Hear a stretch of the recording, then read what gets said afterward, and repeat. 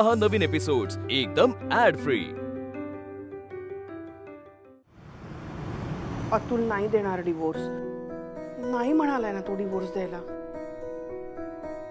त्याला द्यावा लागेल, तू त्याची काळजी करू नकोस। तो डिवोर्स कसा मिळवायचा ते मी बघेन, ती माझी जबाबदारी। फक्त तू मला सगळ्या गोष्टी सविस्तर सांगणं गरजेचं आहे वर्षा। म्हणजे लग्न झाल्यानंतर तू कधीपासून तुला त्रास देऊ लागला आणि कसं काय वगैरे सगळ्या गोष्टी। ती काय सांगणार? मी सांगते ना, त्या माणसाने उठता बसता माझ्या वर्षाला त्रास दिला असणार, म्हणून तर इथे येऊन बसायची ना रे ती। आपल्याला ती सांगायची नाही काय ग? बरोबर बोलते ना मी? विचारून सुद्धा सांगायची नाही, असं सगळं छान चालू असं दाखवायची, पण तिने मला सांगितलं नाही। ती काय सांगणार? काय ग सांगितलंस? तिला बोलू देशील? बोलू दे ना बाबा, मी कुठे काय म्हणते। बोल बोल ना राघवा, तुला सांगते त्या माणसाने ना खूप त्रास दिलाय तिला। त्याला चेचून काढलं पाहिजे, तू जिथे दिसेल ना तिथे त्याला मारलं पाहिजे। मी तर म्हणते वकील झालायस ना तू, हा काढ अशी 3-4 पुस्तकं काढून वाचून काढ, सगळी अशा ना चांगल्या केसेस शोध खोट्या आणि ठोक त्याच्यावर। अशा केसेस ठोक ना की केला पाहिजे जेलमध्ये, परत बाहेरच आला नाही पाहिजे, त्याला चांगली अद्दल घडली पाहिजे। आणि मी माझं लायसन्स जप्त करून घेऊ? म्हणजे तू काय बोलतेस तुला कळतंय? माझा न्याय व्यवस्थेवर पूर्ण विश्वास आहे, तेव्हा मी हे असलं काही करणार नाही आणि असं काही करण्याची गरज सुद्धा नाहीये। जे सत्य आहे ते कोर्टासमोर मांडलं तरी सहजासहजी वर्षाला डिवोर्स मिळू शकतो। तर प्लीज हे असल्या काहीतरी आयडिया मला देत जाऊ नकोस। आणि हा वर्षा, तू ऑफिसला येतेस का माझ्या? आपण तिकडे व्यवस्थित बोलू शकतो निवांत, इथे काही बोलणं होणार नाही। म्हणजे माझं झालंय इथे म्हणजे माझ्या समोर का नाही बोलत आहे?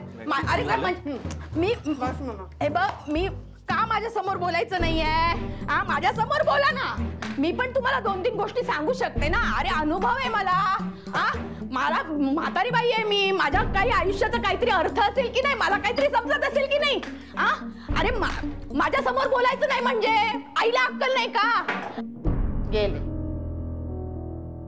कळेल त्यांना आईची किंमत, आज नाही उद्या।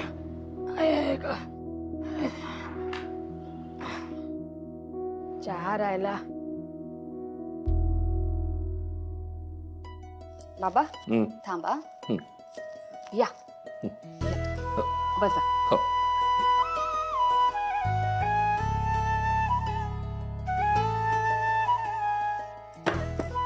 बाबा आले आम्ही। आनंदी, हा चहा घे आधी। ती बालदी दे इकडे माझ्याकडे। नाही काय आनंदी, आधी चहा घे ना, असं काय करतेस तू? घेते, चहा घेतल्यावर तुला बरं वाटेल ना बाळा, जरा घे चहा। हा त्या काय, चल बाहेर चल, बाहेर चल। का बसून चहा घे ग, लगेच उभ्याने चहा घ्यायला लागली।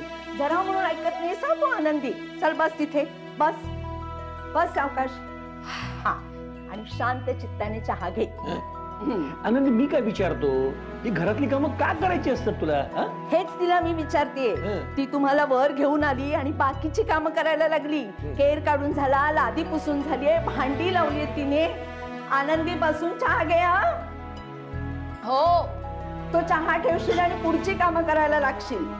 तुझं काही सांगता येत नाही, शांत चित्ताने सगळा चहा व्यवस्थित घे। आनंदी, अगं तू माहेरी आली आहेस तेव्हा माहेरी लाड पुरवून घ्यायचे असतात, लाड करायचे नसतात।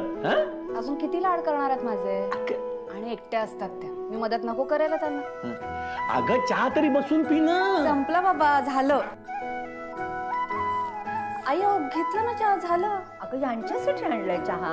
अगं तू कुठे बघितलं ना, जरा ऐकत नाही, जरा शांत किती हे सगळं गरम आहे। अगं बरं ऐका, सगळं झालंय आवरून, मी निघते आता, कारखान्यात निघते, बरीच कामं बाकी आहेत माझी। नाही, मी काय विचारतो, जायलाच हवं का? नाही म्हणजे अजून 4 दिवस थांब ना, आराम कर, म्हणजे आम्हालाही थोडं बरं वाटेल ना। जायला तर हवं, जबाबदारी घेतली ना बाबा मी, मग काम पूर्ण करायला हवं। आणि काही वाटलं तर फोन करा मला. फोन असेल चालू असेल. आई काही वाटलं तर फोन करा. हा? पण नक्की येशील ना? नक्की येईन. फोन केल्यावर नक्की येशील ना? नक्की येईन आणि लवकर येईन. आई. निघू. देवाला नमस्कार कर आणि मग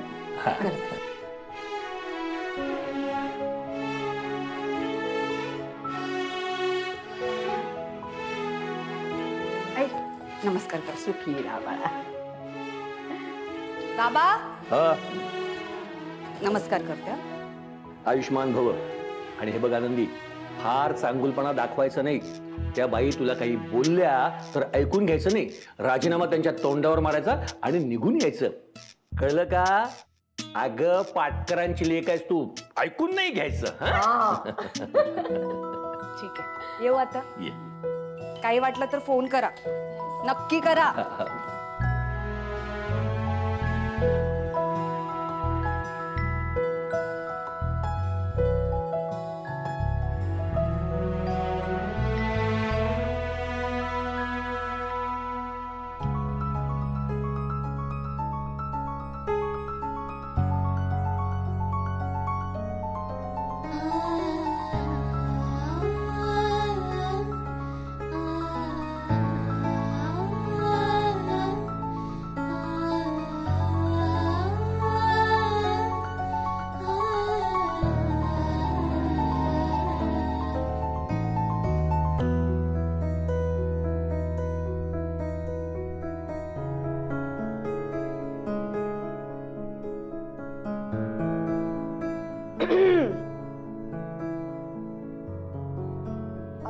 आनंदी कशी आहेस?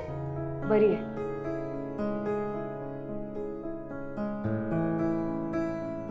तुम्ही कशा आहात? मी पण बरी आहे. पण घरी आली असतीस तर जास्त बरी असती.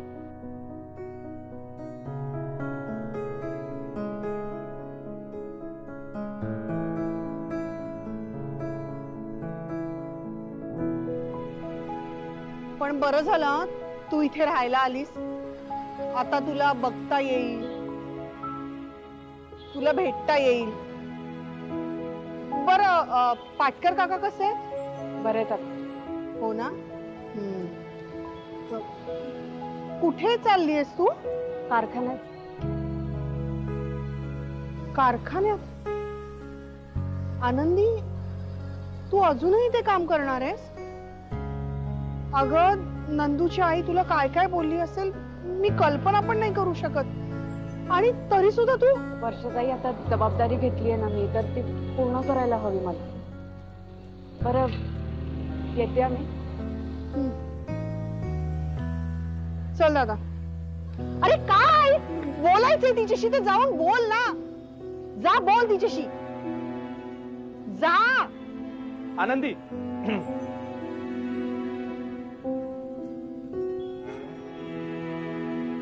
कारखान्यात मी सोडतो तुला.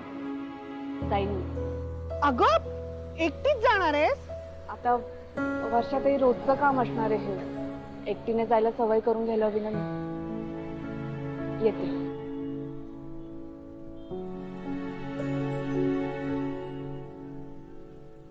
चल ऑफिसला जायचंय.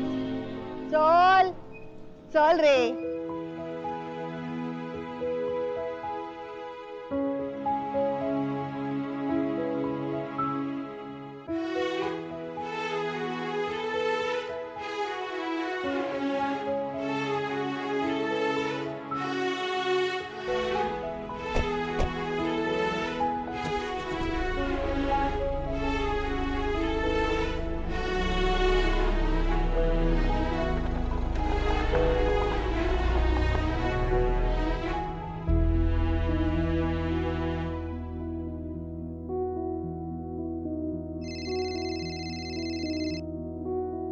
विमानाचे माझा फोन चालू झाला.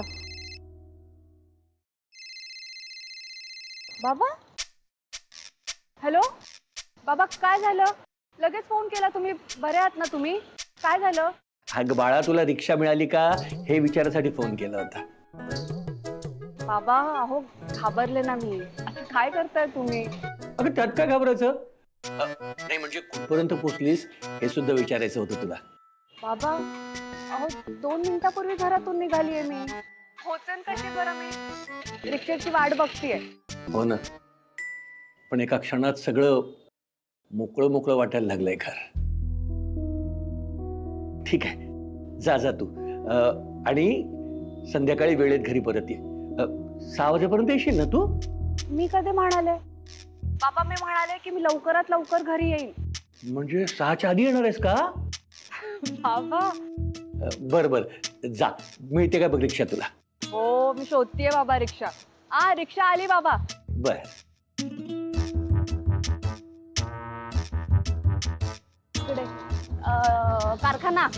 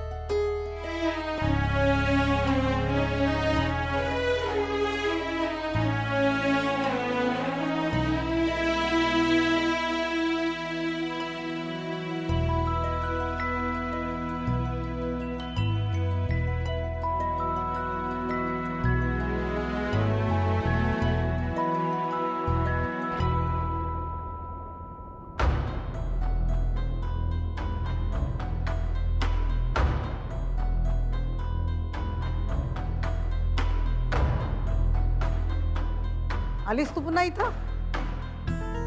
मी शब्द दिला होता मावशी,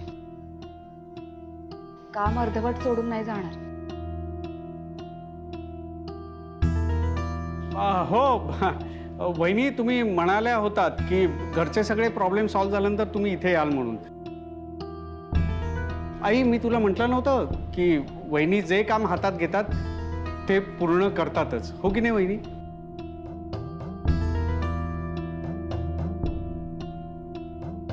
आई, वहिनींनी मनात काही ठेवलं नाहीये. वाईट तर वाटलं असेलच की मी तुला घराबाहेर काढलं म्हणून. वाईट नाही वाटलं मावशी. कोण म्हणाल तुम्ही घरातून बाहेर काढलं मला? तुम्ही नाही काढलं मला घरातून बाहेर. मी स्वतःच्या मनाने घरातून बाहेर निघाले. माझा निर्णय होता तो. आणि मावशी, माझ्या मनात तुमच्याविषयी काही नाही आहे. आई, इतकी प्रामाणिक व्यक्ती आपल्याला शोधून सापडणार नाही. त्यांना करू दे ना काम.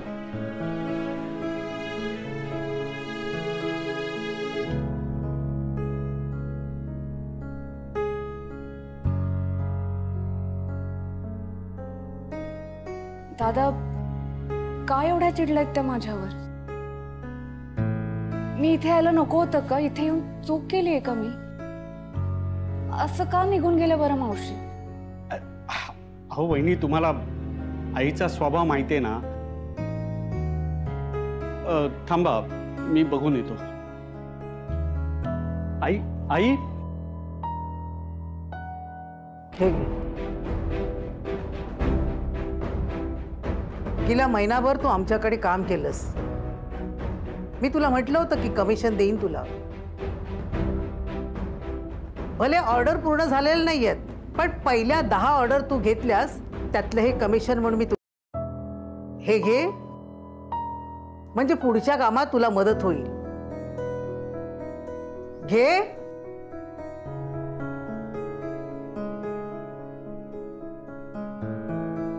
मावशी, धन्यवाद. मी तुम्हाला सांगितलं होतं ना, काम अर्धवट नाही सोडणार मी माझं काम पूर्ण करणार. आणि आपल्या वैयक्तिक आयुष्यात जे काही मतभेद आहेत त्याचा परिणाम मी माझ्या कामावर नाही होऊ देणार. माझी हीच अपेक्षा आहे.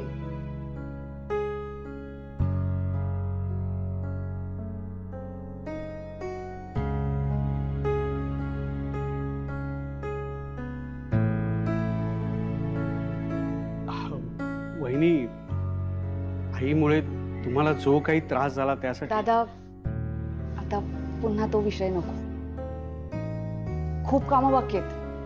आता कामं करायला हवी. बरं मी तुम्हाला मदत करतो. नाही नाही नाही मी करते, असू द्या. नक्की? नक्की.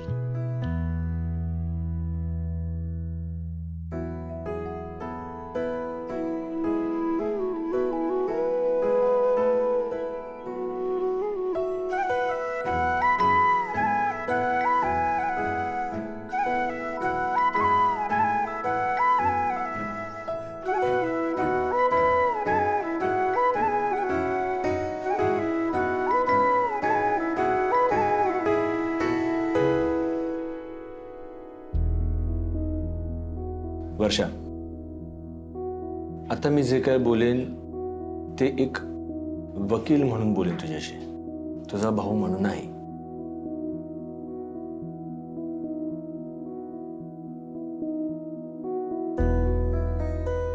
हे बघ, जे काही मी प्रश्न आता तुला विचारेन त्यांची उत्तरं द्यायला तुला थोडं कठीण जाईल, मान्य आहे.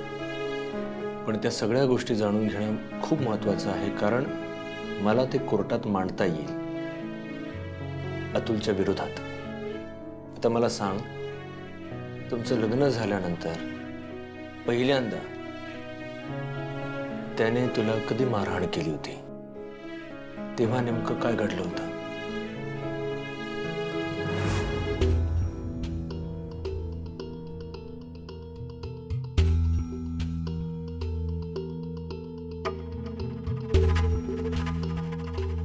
भाजीत मीठ एवढं कमी का घातलंय?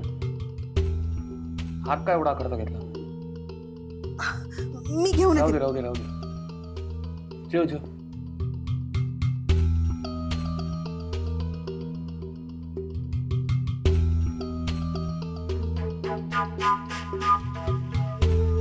सगळं मीठ आमटीतच घातलं का? हे असं जेवायचं मी कळत नाही. पहिल्यांदा जेव्हा हे घडलं ना तेव्हा काय करायचं मला काहीच कळलं नाही. म्हणजे माझ्या नवऱ्याने मला मारलंय तर ते हसून सोडून द्यायचं का रडायचं का ओरडायचं नाही कळलं मला. कुणाला सांगायचं की नाही सांगायचं हेही नाही कळलं.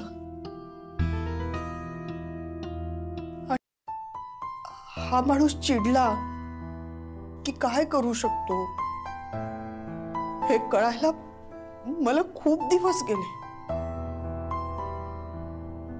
मग मी विचार केला की आपण जर याला चिडायची संधी दिलीच नाही तर हा आपल्याला मारणारच नाही.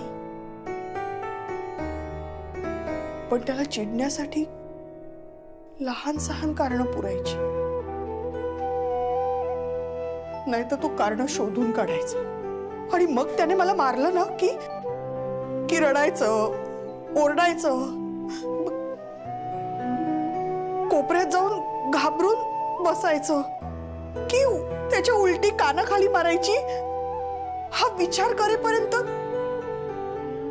तो माझ्या समोरून निघून जायचा. पण मग मला हे नक्की कळलं होतं की त्याला जर मला मारायचं असेल ना तर माझी चूक असो किंवा नसो तो मला मारणारच आहे.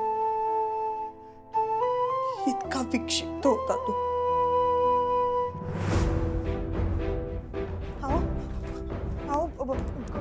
काय झालं? उशीर का झाला? सगळं ठीक आहे ना? तुला काय करायचंय? मला विचारणारी तू कोण? मी कधी पण येईन, काही पण करीन, कळलं? तू गप गुमान पडून राहायचं. जेवढं सांगितलंय तेवढंच करायचं. दादा मला खूप त्रास दिला रे त्या माणसाने. माझं आयुष्य बर्बाद केलंय. मला नकोय त्या आठवणी. दादा मला नकोय रे त्या आठवणी. वर्षा, आय एम सो सॉरी. मला अजिबात तुला हे सगळं बोलायला आठवायला लावायचं नव्हतं. काय काय सोचलंयस?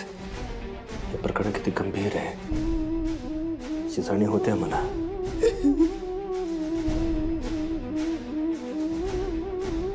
भाऊ म्हणून मी तुला वचन देतो, मी तुला न्याय मिळवून देईन.